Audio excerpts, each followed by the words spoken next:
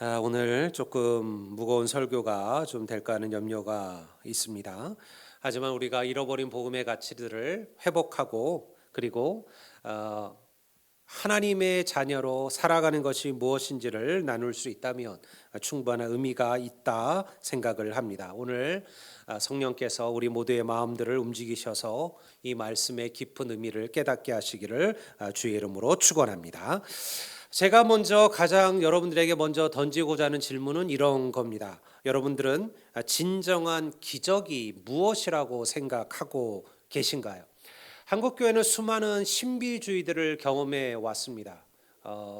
많은 목회자들 가운데, 부흥사들 가운데, 또 수도 기도원들 가운데서 우리가 쉽게 볼 수 없는 수많은 기적들의 이야기들을 보곤 했죠.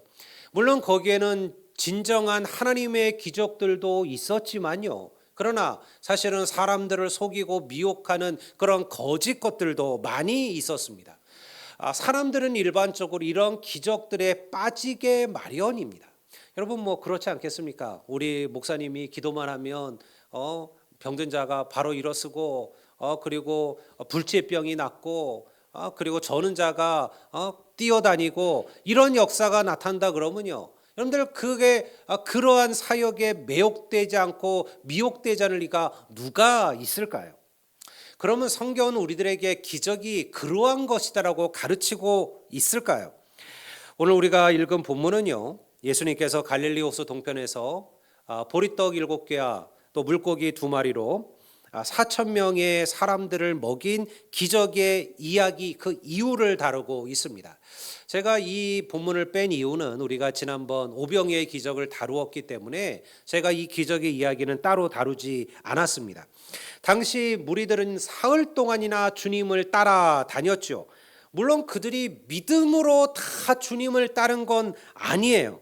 어떤 이들은 예수님께서 행하시는 그 기적을 보기 위해서, 어떤 이들은 그저 흥미와 재미를 위해서 수많은 사람들이 모이니까 거기에 수많은 일들이 일어나고 그런 것들을 즐기기 위하여 그곳에 모인 이들도 있었습니다. 물론 어떤 이들은 수로보니게 여인처럼 정말로 간절한 믿음을 가지고 하나님의 구원을 바라보며 그 자리에 모인 이들도 있었겠죠. 사실은 모든 이들이 같은 마음으로 주님을 따른 건 아니었습니다. 우리는 다를까요? 오늘 우리들도 교회 안에 많은 이들이 믿음을 시작하고 예배에 참여합니다. 하지만 모든 이들이 하나님을 향한 간절한 마음과 심령으로 나오는 것은 아니에요. 이러한 저러한 이유로 믿음을 시작합니다. 그리고 여러 가지 이유와 여러 가지 상황 속에서 교회에 나오게 되는 것이죠. 하지만 하나님은 어떠한 마음과 심령으로 주님을 찾을지라도 그들에게도 동일한 은혜를 베푸시는 분이심을 믿으시기를 바랍니다. 결국 하나님은 그런 사람들의 마음과 심령을 하나님께로 붙들게 나오도록 인도하신다라는 거예요. 4천 명을 먹이신 예수님의 기적은요, 백성들을 놀라게 했습니다. 그런데 이러한 기적을 보고도 여전히 예수님을 비난하고 마음을 강팍하게 하는 이들이 있었다라는 거예요. 그들이 바로 오늘 우리 본문에 등장하는 바리새인들입니다. 제가 11절 9절을 한번 볼까요? 제가 읽어보겠습니다. 바리새인들이 나와 예수를 힐난하며 그를 시험하여 하늘로부터 오는 표적을 구하거늘. 성경은요, 뭐라고 기록했어요? 그들이 예수를 힐난했다. 이 힐난이라는 단어가 국어사전에는요 이렇게 나옵니다. 트집을 잡아 지나치게 많이 따지고 들다 이거죠. 트집을 잡아 지나치게 따지고 들다, 이게 힐난이라는 단어입니다. 다시 말해 그들의 비난이 정당하지 않다라는 거예요. 그저 트집에 불과하다라는 것이죠. 왜 바리새인들은 예수님의 생애 내내 예수님을 트집 잡고 예수님을 힐난하고 예수님을 모함하고 죽이려고 했을까요? 그들도 스스로 우리가 예수를 트집 잡는 거야 그렇게 생각했을까요? 아니요. 그들은 그렇게 생각하지 않았어요. 차라리 그렇게 생각했으면 다행이죠. 왜? 최소한 그들이 자신들의 잘못을 알고 있는 것이니까요. 근데 바리새인들은요, 예수에 대하여 우리가 이렇게 하는 것이 이게 옳은 것이다, 이게 틀리지 않다, 이것이 하나님의 뜻이라고 생각했다는데 문제가 있었습니다. 원래 바리새인들은 누구였냐면요, 바리새파는 유대인의 여러 분파 가운데 하나입니다. 우리가 바리새파도 있지만 또 사두개파라는 또 이들이 있음도 알고 있잖아요. 원래 이 바리새파의 그 기원은요, 구약 말기, 그 신구약 중간기와 신약 초기로 흘러가게 됩니다. 이 말은 원래 파라시라는, 바리새라는 말은 파라시라는 분리되다, 또 구별되다라는 뜻의 이러한 그 히브리에서 나온 단어입니다. 그들은요, 무엇보다도 율법을 지키기에 열심이었고요, 그리고 특별히 부정한 것으로부터 자기를 구별하는 것을 중요하게 여겼어요. 그래서 사람들이 그들을 보고 저들은 파라시다, 구별된 자, 분리된 자들이다, 이러한 이름으로 그들에게 바리새라는 이름을 붙여준 겁니다. 그들은 예수님 당시에 유대 사회에서 가장 영향력 있는 종교 지도자층 가운데 하나였고요. 그리고 누구보다 경건하고 거룩하게 살려고 노력하고 애썼던 사람들이었습니다. 그런데 예수님의 시대가 되면서 그들의 열정과 하나님을 향한 그러한 열심들은요, 형식주의로 변질되기 시작했습니다. 율법의 본질인 사랑과 그리고 자비와 긍휼을 버리고요, 형식적인 규례에만 집착했다라는 거죠. 겉으로 보기에는 의로움을 추구하는 것 같지만 사실은 남들에게 보여주기 위한 의식적인 모습에 빠지게 되었습니다. 그러면서도 여전히 나는 하나님을 잘 섬기고 있다라고 그렇게 자부하는 이들이 바로 바리새파였습니다. 이런 이들이 봤을 때요, 예수님은 아주 위험한 인물로 보였습니다. 왜냐면요, 예수님은 유대교의 정결 예법을 지키지 않았습니다. 그리고 위험한 방식으로 율법을 해석하기도 했습니다. 무엇보다도 분리시키고 그리고 척결해야 되는 이방인들이나 세리들이나 죄인들과 함께 어울리는 인물이었습니다. 그들이 생각하는 메시아와는 전혀 어울리지 않는 인물이었어요.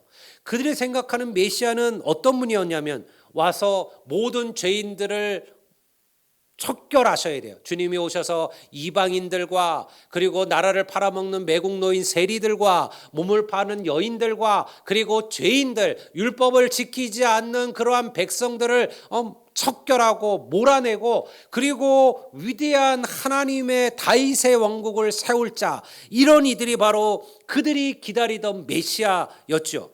그런데 예수님은 달랐습니다. 그들은요, 예수님께서 보리떡 7개와 물고기 2마리로 4,000명을 먹이시는 기적을 보고도요, 예수님을 믿기보다는 예수님을 힐난하는, 트집 잡는 트집으로 삼았다라는 거예요.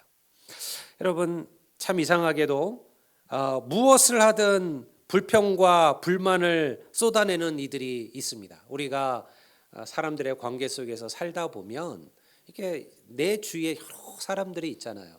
이거 만나보면 항상 좋은 얘기, 긍정의 말을 하는 친구, 그런 지인들, 사람들도 있지만요, 뭘 해도 불평을 먼저 이야기하는 이들이 있죠. 하면 왜 하느냐고 불평하고 안 하면 왜 안 하느냐고 불평합니다. 말을 하면 말을 안 하면 나를 무시하냐고 말을 하고 말을 하면 나한테 대드느냐고 말을 하는 이가 있죠. 장점을 찾기보다는 굳이 단점을 끄집어내서 사실은 관계를 망가뜨리는 이들이 있습니다.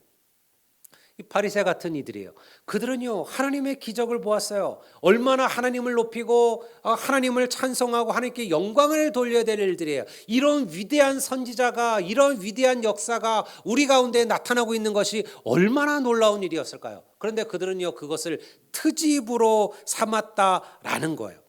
근데 물론 목회자로서는요, 가끔 이런 본문을 읽으면 스스로 위로가 되기도 해요. 그래, 뭐 예수님도 이러한 대접을 받았는데 하물며 나 같은 사람이야. 나 같은 사람이야. 여러분, 저는 그게 맞다고 생각합니다. 인생 살면서요, 모든 사람들이 내 편 아닙니다. 모든 사람들이 다 나를 좋아하지도 않습니다.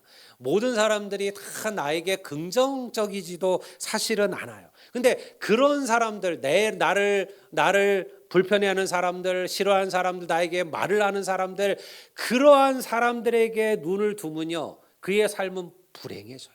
여러분, 나를 좋아하는 사람, 나를 사랑해 주는 사람, 나를 인정해 주는 사람, 여러분, 그분들을 붙들고 믿음의 삶들을 걸어가시기를 바랍니다. 여러분, 그 중에 누가 계셔요? 여러분, 우리 주 예수 그리스도가 여러분들 그 중에 계심을 믿습니다. 여러분, 예수님을 비난하던 그들이 예수님께 요구한 게 무엇이었을까요? 제가 다시 한번 11절 읽어볼게요. 바리새인들이 나와 예수를 힐난하며 그를 시험하여 하늘로부터 오는 표적을 구하거늘. 그들이 예수님께 뭘 얘기하냐면요, 야, 그런 거 말고 하늘로부터 오는 표적을 우리에게, 기적을 보여달라, 이렇게 얘기했다라는 거예요. 당신이 정말 구약이 예언한 그 메시아라면 하늘로부터 오는 표적을 보여달라. 근데 생각해 보세요. 여러분, 보리떡 5개와 물고기 2마리로 4,000명을 먹이는 기적만큼 더 확실한 표적이 어디에 있었을까요? 이것만 아니잖아요.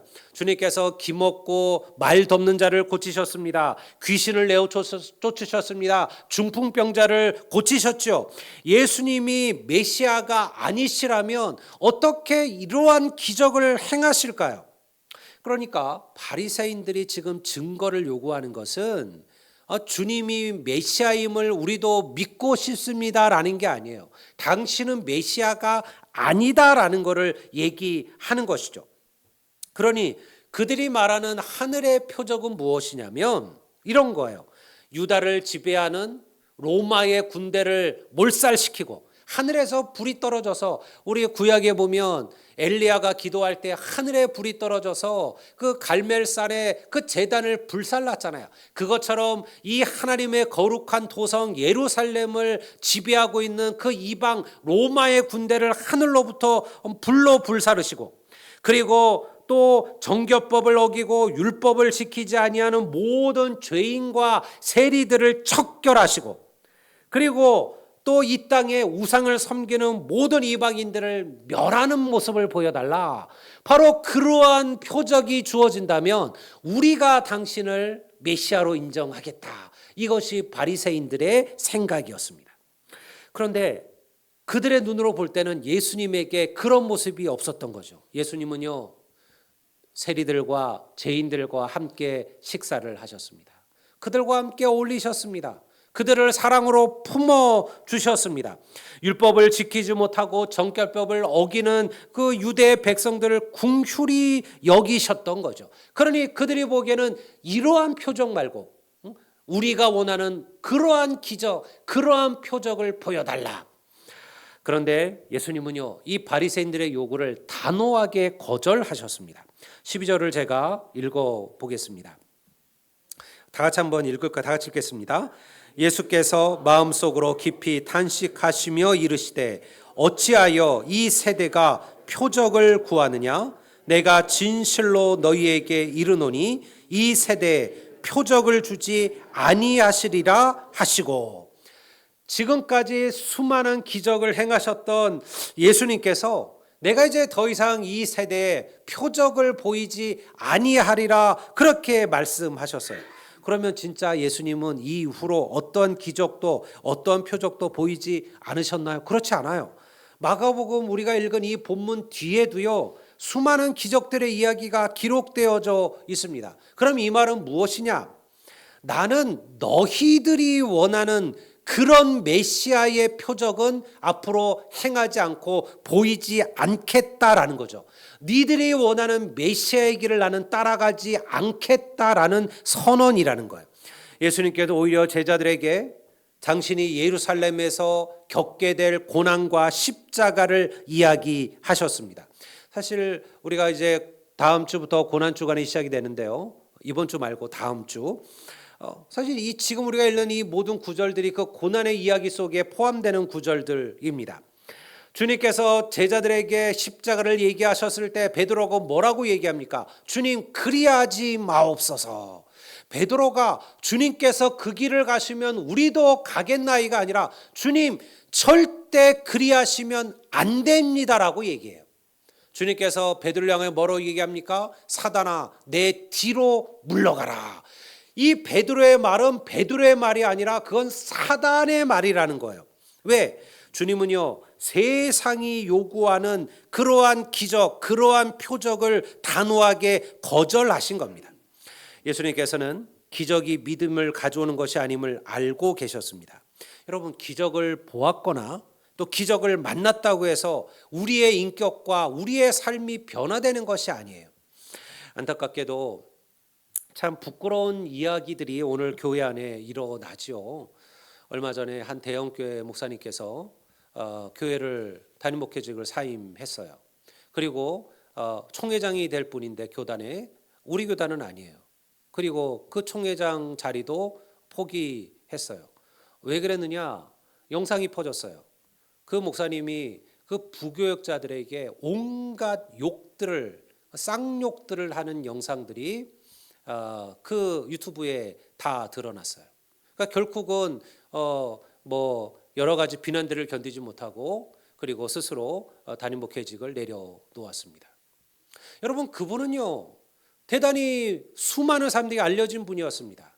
부흥사로 유명했고요. 그리고 수많은 기적들을 행했다라고 소문났던 분이에요. 그래서 어마어마하게 교회도 세우셨습니다. 그래서 과연 그것이 하나님의 영광이었을까요? 그의 그 말들이 과연 그 말들을 보면서 그 욕들을 들으면서 사람들이 하나님을 기억하고 하나님을 찬송했을까요? 여러분, 기적은 사람을 변화시키지 못합니다. 오늘 우리가 정말로 필요한 것은 그러한 기적들이 아니라는 거예요. 여전히 세상 사람들은 우리들에게 표적과 기적을 요구합니다. 우리도 그렇게 기도하잖아요. 하나님, 그래도 제가 하나님의 백성인데 이렇게 살아야 되겠습니까?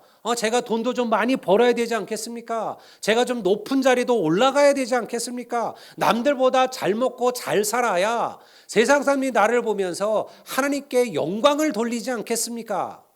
오늘 우리도 그렇게 기도하고 있다라는 것이죠.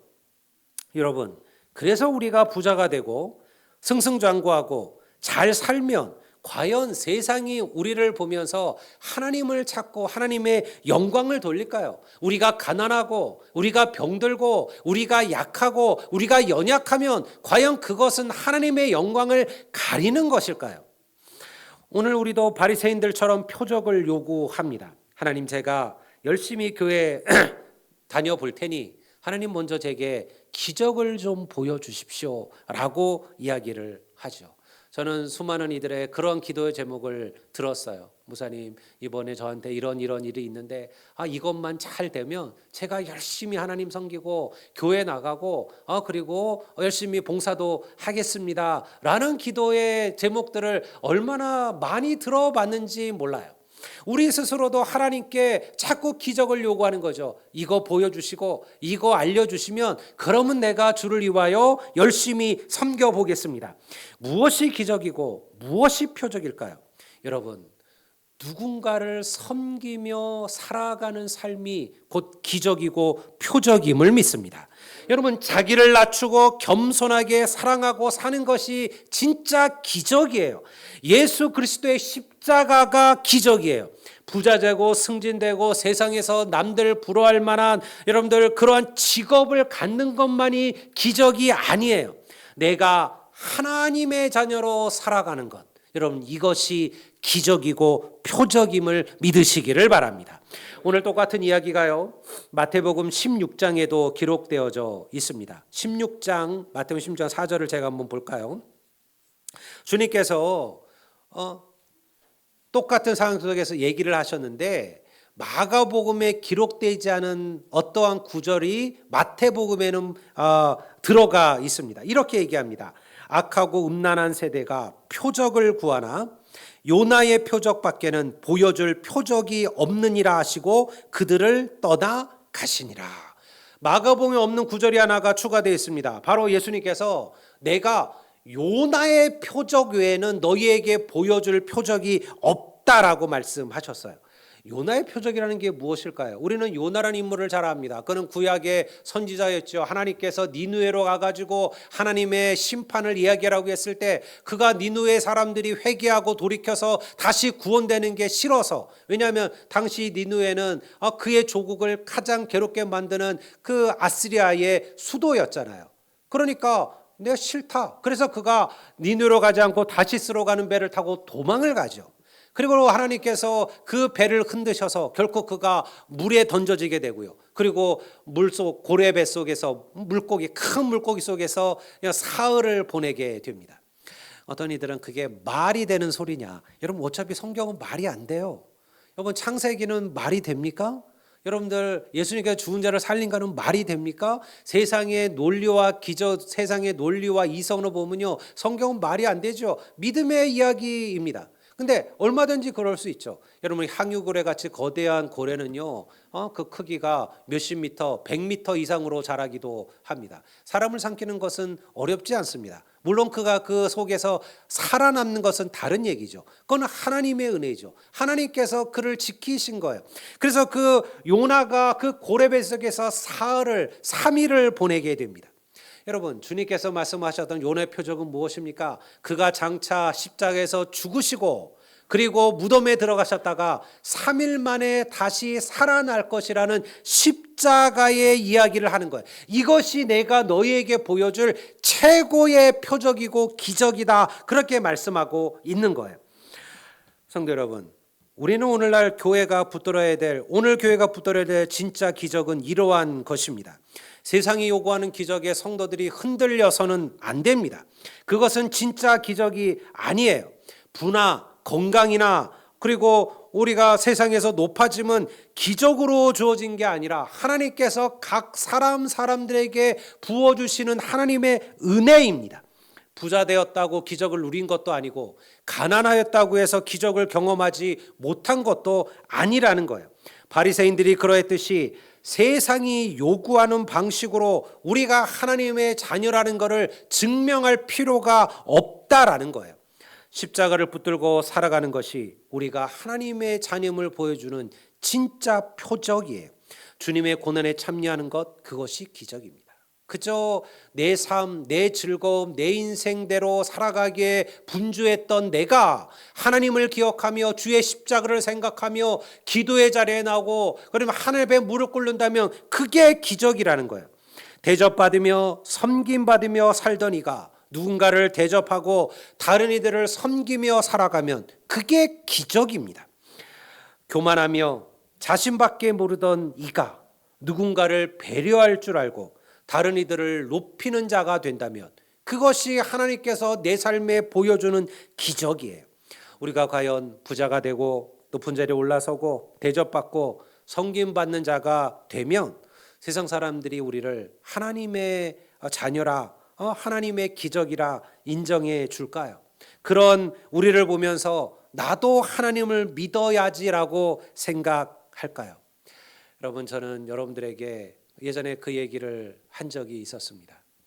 어떤 이가 트럼프 대통령이 그 취임하는 날 그 취임식에서 그 모인 곳에서 찬송 소리가 울려 퍼졌다라는 것을 얘기하면서 이분이 진짜 하나님의 사람이다, 그런 얘기를 누가 하더라고요. 근데 제가 그때 그런 얘기 했잖아요. 여러분, 그의 말과 그의 모습으로 그가 하는 말로 그의 믿음을 판단할 수 없습니다. 그의 삶을 보셔야 됩니다. 그의 삶 속에 섬김이 있고 사랑이 있고 긍휼이 있고 자비가 있는지, 그것이 없다면 여러분 그가 매일 예배하고 매일 찬송하고 매일 하나님께 어마어마한 헌금을 드릴지라도 그는 하나님의 자녀가 아닙니다. 여러분, 오늘 하나님께서 우리에게 원하시는 기적은 이러한 겁니다. 여러분, 하나님은 나를 통하여 하나님의 십자가가 보여지기를 원하는 거예요. 십자가의 방식만이 우리를 하나님의 자녀답게 살아가게 하는 거예요. 가난하지만 베풀 줄 알고 나누는 성도가 있습니다. 여러분, 대접받을 만한 자리에 있지만 겸손하고 낮아짐으로 다른 이들을 섬기는 그리스도인들이 있어요. 그들이 기적이에요. 그들이 하나님의 표적이에요.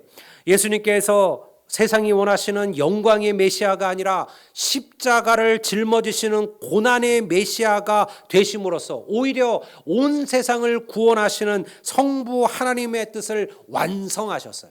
그리고 오늘 우리에게도 그렇게 살라고 이야기하고 있습니다. 세상은 끊임없이 우리에게 표적을 요구할 겁니다. 너가 하나님의 자녀라는 것을 증명하라고 할 겁니다. 하나님이 살아계시다는 것을 보여달라고 할 거예요. 우리가 어려움과 성도가 환난에 처할 때마다 그들은 네 하나님, 네가 그렇게 섬기는 너의 하나님이 어디 있느냐고 우리를 조롱할지 모릅니다. 여러분, 그때 우리가 그들에게 보여줘야 될 것은 변함없는 하나님을 향한 신뢰와 의지입니다. 하나님께서 때로 나를 가난한 자리에 처하게 하신다면, 때로 나를 병들게 하신다면, 때로 나를 굶주리게 하신다면, 때로 나를 어렵게 하신다면, 그럼에도 그 하나님을 붙들고 믿음으로 걸어가는 그 열심이, 그 열망이 곧 하나님이 이 세상에 나를 통하여 보이시는 기적이라는 거예요. 사랑과 긍휼과 자비를 잃어버리지 마십시오. 공의를 행하고 그리고 인자를 사랑하며 겸손히 하나님과 함께 걸어가십시오. 하나님께서 그렇게 우리가 살아가게 된다면 하나님께서 나의 일상을, 나의 순간순간을 기적으로 만들어 주실 것임을 믿습니다. 성도 여러분, 이미 우리는 하나님의 기적입니다. 나같이 연약하고 부족한 자가 하나님의 자녀가 되었다는 것, 이게 하나님의 기적 아니겠습니까? 이거보다 더 큰 기적이 어디 있을까요? 하나님 몰랐다면 나 같은 사람이 어떻게 살았을까? 내가 어떤 사람이 되었을까? 그러한 나를 하나님 사랑하셔서 오늘 하나님 자녀 삼아 주셨습니다. 세상의 이야기에 흔들리지 마십시오. 이미 우리는 매일매일 하나님의 기적을 경험하며 살고 있음을 믿습니다. 이 놀라운 은혜가 매 순간 나의 삶 속에서 고백되어지기를 주의 이름으로 축복합니다.